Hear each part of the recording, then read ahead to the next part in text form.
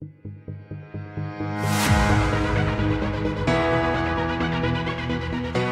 YouTube, welcome back. So today I thought we'd take a look at charm and why that's an important observation to make in somebody else.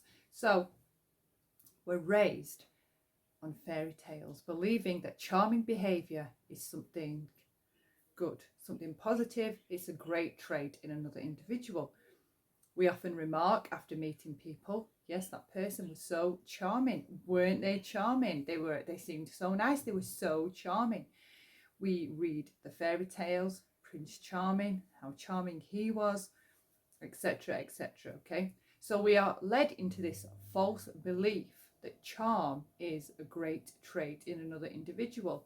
Well, charm isn't necessarily a behavioural trait, something that's innate within our personality and ourselves. Charm is something that we typically put on when we're around other people, or possibly needing a camera, wanting to have like a camera presence or a way to reach the viewer if we have a channel or we're doing live streams a lot. Okay, the charming behavior pulls people in. However, okay, this is the dark side of charm.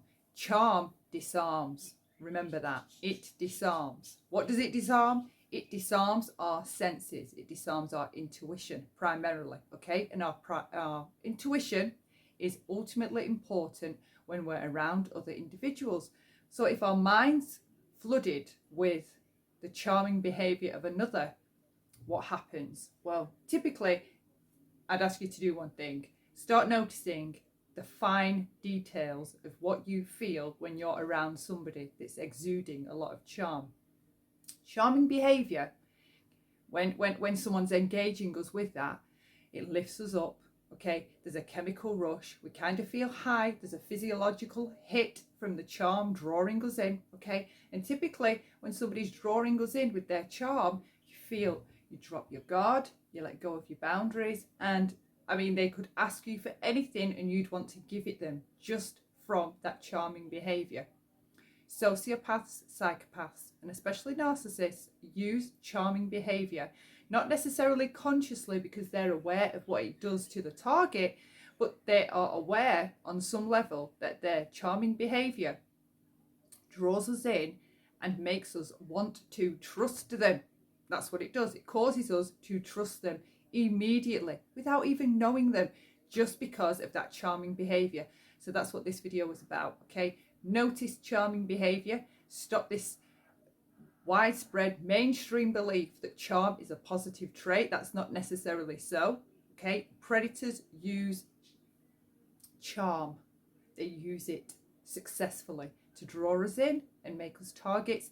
You hear stories about serial killers or, you know, infamous people that have been across the headlines lately, like Epstein. You'll hear lots of people talk about their charm.